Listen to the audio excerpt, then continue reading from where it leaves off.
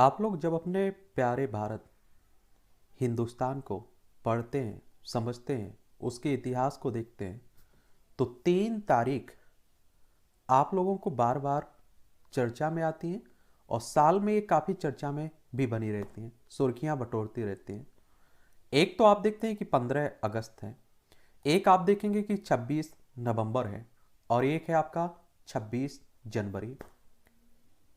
जैसा कि आप सभी जानते हैं कि 15 अगस्त 1947 को हम लोग आज़ाद हुए थे। इस पृथ्वी पर भारत आज़ाद हुआ था, अंग्रेजों से मुक्ति मिली थी। और आप सभी जानते हैं कि पाकिस्तान पहले भारत का हिस्सा हुआ करता था। ये आप लोग बांग्लादेश देखते हैं ना, ये भी पहले भारत का हिस्सा हुआ करता था। लेकिन 1947 में भारत से अलग करके पाकिस्तान बन जाता है, और पाकिस्तान को बांग्लादेश भी मिल जाता है। क्या मिल जाता है? बांग्लादेश भी।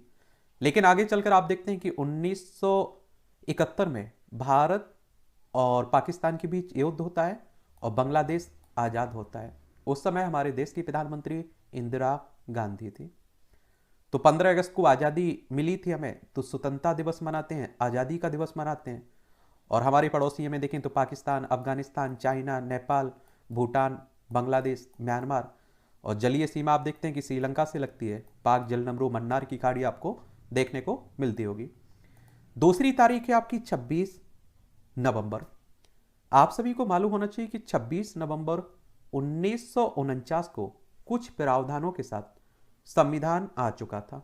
इसीलिए आप लोग 26 नवंबर को संविधान दिवस के रूप में मनाते हैं। फिर 26 तारीख यानी कि 26 जनवरी, तो आपको मालूम होगा कि 26 जनवरी 1950 में पूरी तरह से आप लोगों का संविधान भी आज लागू हो चुका था और बहुत सारी संस्थाओं का जन्म हो चुका था। हम लोग गणतंत्र के रूप में स्थापित हो चुके थे, और इसीलिए आप लोग 26 जनवरी को गणतंत्र दिवस मनाते हैं।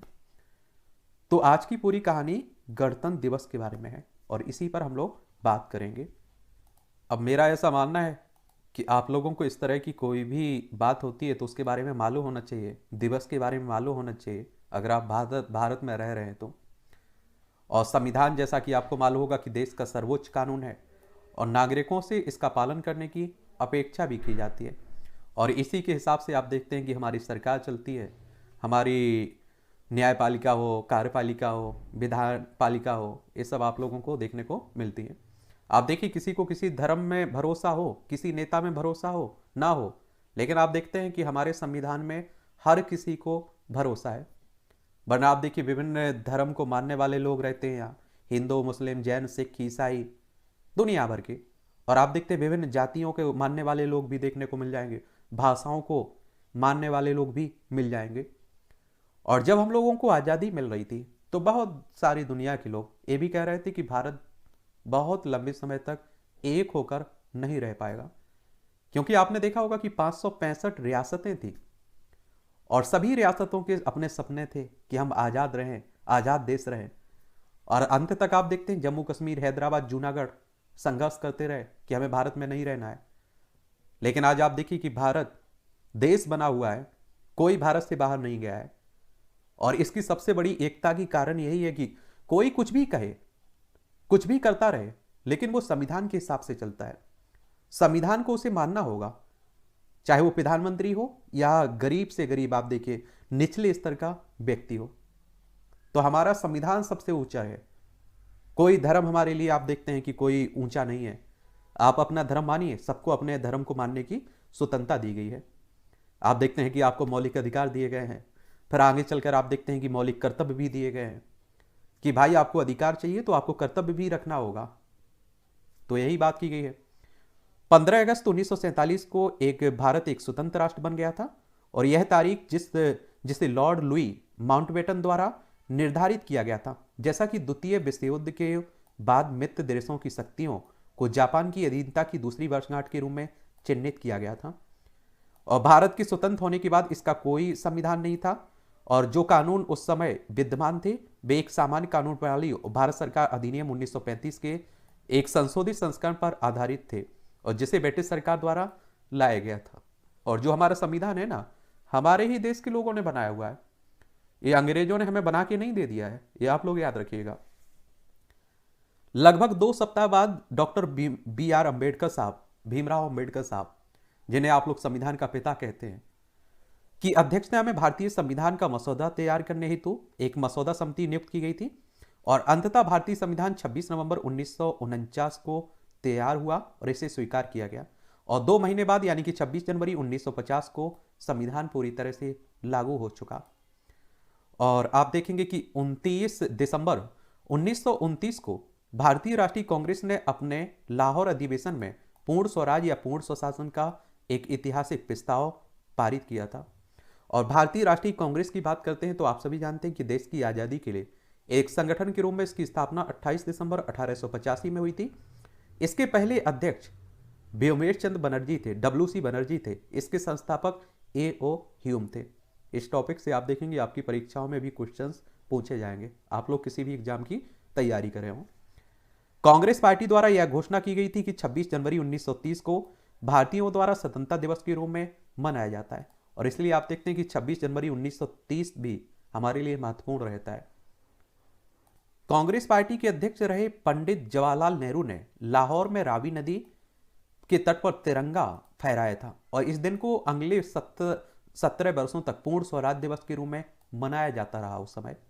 और इस प्रकार जब 26 नवंबर 1949 को भारतीय के संविधान को अपनाया गया तो कई लोगों ने राष्ट्रीय गौरव से जुड़े इस दिन 26 जनवरी पर कानूनी दस्तावेज को स्वीकार करना और लागू करना आवश्यक समझा।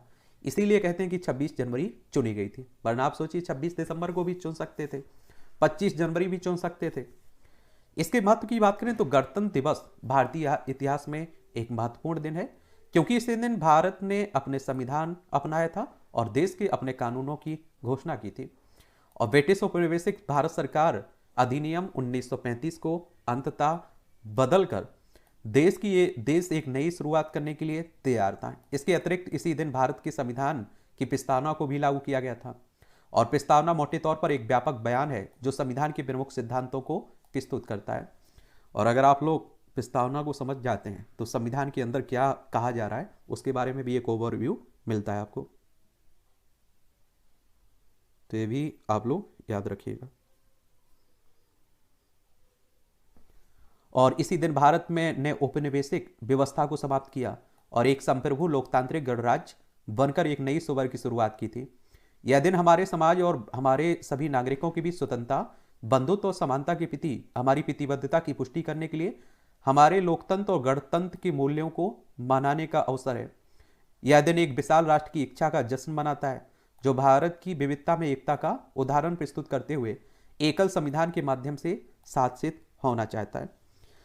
अब आप लोग कहेंगे कई लोग तो ये भी, मैं इसीलिए कहता हूं कि आप लोग NCERT किताबें जरूर पढ़ा करिएगा अगर आप लोग सिविल सर्विस की तैयारी कर रहे हैं, स्टेट PCS की तैयारी कर रहे हैं। आप में से बहुत सारे लोगों को गणतंत्र के बारे में कंफ्यूज होते होंगे। तो गणतंत्र कहने का सीधा सा मतलब ऐसा होता है, ऐसा राज्य जिसकी सत्ता जनसाधारण में समाहित होती है, जनता में समाहित होती है। एक गणराज्य या गणतंत्र सरकार का एक रूप होता है जिसमें देश को एक सार्वजनिक मामला माना जाता है, ना कि शासकों की निजी संस्था या संपत्ति। एक गणराज्य के भीतर सत्ता के प्राथमिक पद विरासत में नहीं मिलते। यह सरकार का एक रूप है जिसके अंतर्गत राज्य का प्रमुख राजा नहीं होता है। हमारे यहाँ चुनाव होता है प्रधानमंत्री का, आप देखिए जब जनता हटाने की सोचती है तो इंदिरा गांधी को हटा देती, हरा देती है, और जब उस कुर्सी को बैठाना चाहती है तो आप देखते हैं दोबारा बैठा देती है। तो ये सब आप लोगों को मानना चाहिए, जानना चाहिए और नेताओं को भी समझना चाहिए कि सबसे ऊपर क्या है, सबसे ऊपर हमारा संविधान है, जनता है यहाँ की। भारतीय लोकतंत्र के लिए खतरा क्या है ये भी आप लोगों को मालूम होना चाहिए। हालांकि भारत में दुनिया के सबसे तेजी से बढ़ती अर्थव्यवस्थाओं में अपनी एक जगह बनाई है, लेकिन ये विकास के नाम पर बहुत पीछे छूट जाता है। गरीबी भी आप देखिए सबसे बड़ी समस्या बनी हुई भारत की। गरीबी वर्तमान भारत की सबसे बड़ी चुनौती बनी हुई है। अधिकांश लोग गरीबी रेखा के नीचे, अमीर एवं गरीब के बीच एक विशाल विभाजन के साथ जीवन यापन कर रहे हैं।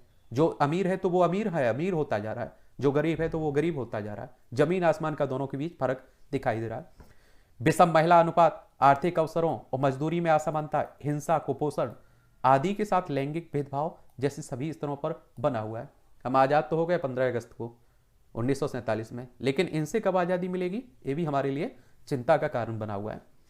और हम खुशी क्यों मनाएं जब हमारे देश में इस तरह की समस्याएं बनी हुई हैं। ये अगर खत्म होती हैं तो जरूर आपको खुशी मनानी चाहिए। सांप्रदायिकता और धार्मिक कट्टरवाद ने भारत में एक बहुत ही खतरनाक रूप और भयानक अनुपात हासिल कर लिया है। यह भारत की राष्ट्रीय पहचान का मान है और इसकी उभरती धर्मनिरपेक्ष संस्कृति के लिए दुखद है। और भारतीय लोकतंत्र भी क्षेत्रवाद की चुनौतियों का सामना कर रहा है, जो मुख्य रूप से क्षेत्रीय असमानताओं और विकास में असंतुलन का परिणाम है। राज्य स्तर पर और राज्य के भीतर नियंत्रण असमानता के कारण उपेक्षा, अभाव, भेदभाव की भावना पैदा होती है। चुनाव, जो लोकतंत्र की सबसे बड़ी अभिव्यक्ति के रूप में काम करता है, राजनेताओं और राजनीतिक दलों द्वारा धन बाहुबल के दुरुपयोग से प्रभावित है। और चुनाव पर भी आप देखते हैं कि आजकल चुनाव आयोग पर भी सवाल खड़े होने लगे हैं।